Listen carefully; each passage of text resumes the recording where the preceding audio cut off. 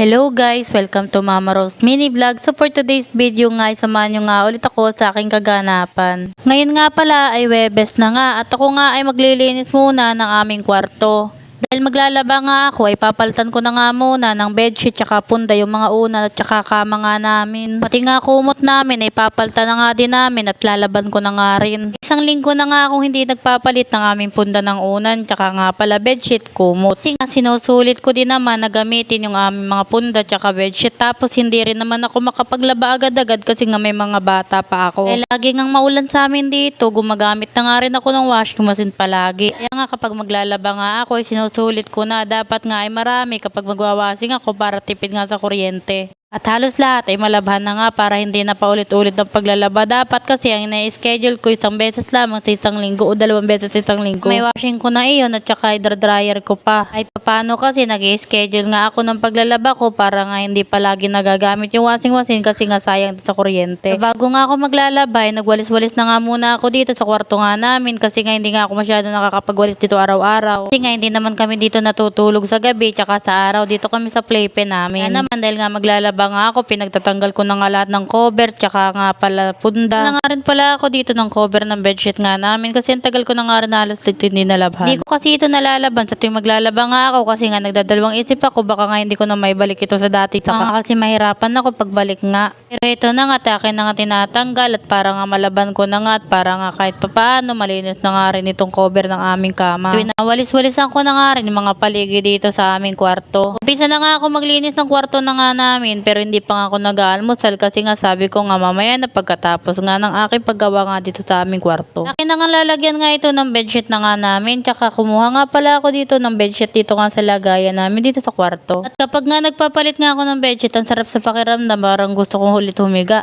Papalitan ko din pala ng bedsheet yung kama nga namin na nakalagay nga sa playpen. Kasi nga rin pala yung una namin sa may playpen ay papalitan ko na nga rin pala ng punda. Pero bago nga yun ay akin na munang tatapusin ito pag walis ko nga dito sa loob nga ng kwarto namin sa paligid dito. Akin na nga din palang ilalagay itong mga kumot, bedsheet, tsaka mga punda nga doon sa labahin para kaidagdag doon sa aking mga lalabahin nga. Habang naglilinis naman ako dito sa kwarto, yung bunso ko naman anak ay nanonood nga ng Cocomelon sa playpen nga. Numpisahan ko na nga rin palang itong lagyan ng punda, itong unan nga namin. Para naman kahit pa paano ay gumanda-ganda din naman itong mga itsurang ito. Nga 5 ang punda na nilabas ko nga galing nga dito sa cabinet namin. At akin na nga din lalagyan ito lahat-lahat ng mga unan dito sa amin. Para nga pag matutulog nga yung mga bata ay masarap nga sa pakiramdam na bagong palit ang mga punda tsaka bedsheet. Tahimik nga akong gumagawa dito sa aming kwarto kasi nga wala nga akong mga bata nang gugulo kasi yung anak ko nga bunso nanonood. Yung panganay ko naman ay nasa school nga. At nagwalis-walis na nga rin ako dito sa gilid para naman kahit paano malinis na din. Kukuha na nga rin pala ako ng kortina at lalagyan ko na nga ng bago itong aking nasa bintana. Lalagay ko lamang ito nung nakaraang linggo pero nga papalitan ko na nga muna ito para nga mag-iba naman yung kulay. Kaya na nga din muna ako dito sa tuntungan kasi nga hindi ko abot. Mahirap talaga pag mababa lamang